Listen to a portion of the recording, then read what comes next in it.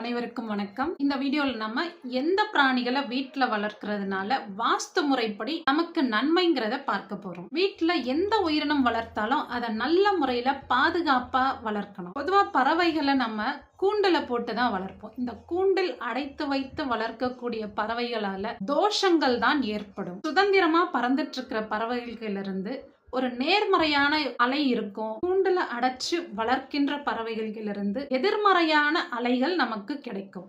அதனால எந்த பிராணியா இருந்தாலும் அதற்குரிய இடத்துல நல்ல பராமரிப்போட வளர்க்கிறது தான் நல்லது. ரொம்ப நாள் நம்ம வீட்டிலேயே இருக்கணும் அப்படின்னு நினைக்கிற பிராணிகள் எல்லாத்தையும் நம்ம தென்மேற்கு திசையில வளர்க்கணும். நம்ம வியாபாரம் நோக்கத்துல ஒரு பிராணிகளை வளர்க்கிறோம்னா அதை வடமேற்கு திசையில இந்த வடமேற்கு திசையில நீங்க பிராணிகளை வளர்க்குறீங்கன்னா அது ஒரு நல்ல விலைக்கு சீக்கிரமாகவே அதை விற்க முடியும். வீட்டுல நாய் வளர்க்கிறோம்னா கண்டிப்பா வீட்டுக்கு வெளியில தான் அதற்கான குடில அமைக்கணும். பூனை வீட்டுக்குள்ள வரலாம், அதனால நல்ல சக்திகள் கிடைக்கும். நாய் கண்டிப்பாக வீட்டுக்கு வெளியில தான் வளர்க்கணும். ஆடு மாடுக்கெல்லாம் ஷெட்டு போடுவோம். இது தென்கிழக்குலயும் வடமேற்குலயும் அமைச்சுக்கிறது நல்லது. வடமேற்குல வியாபார நோக்கமா இருந்தா அதை கண்டிப்பா வடமேற்குல போட்டீங்கன்னா சீக்கிரமாவே அது உங்களுக்கு வியாபாரம் ஆகும்.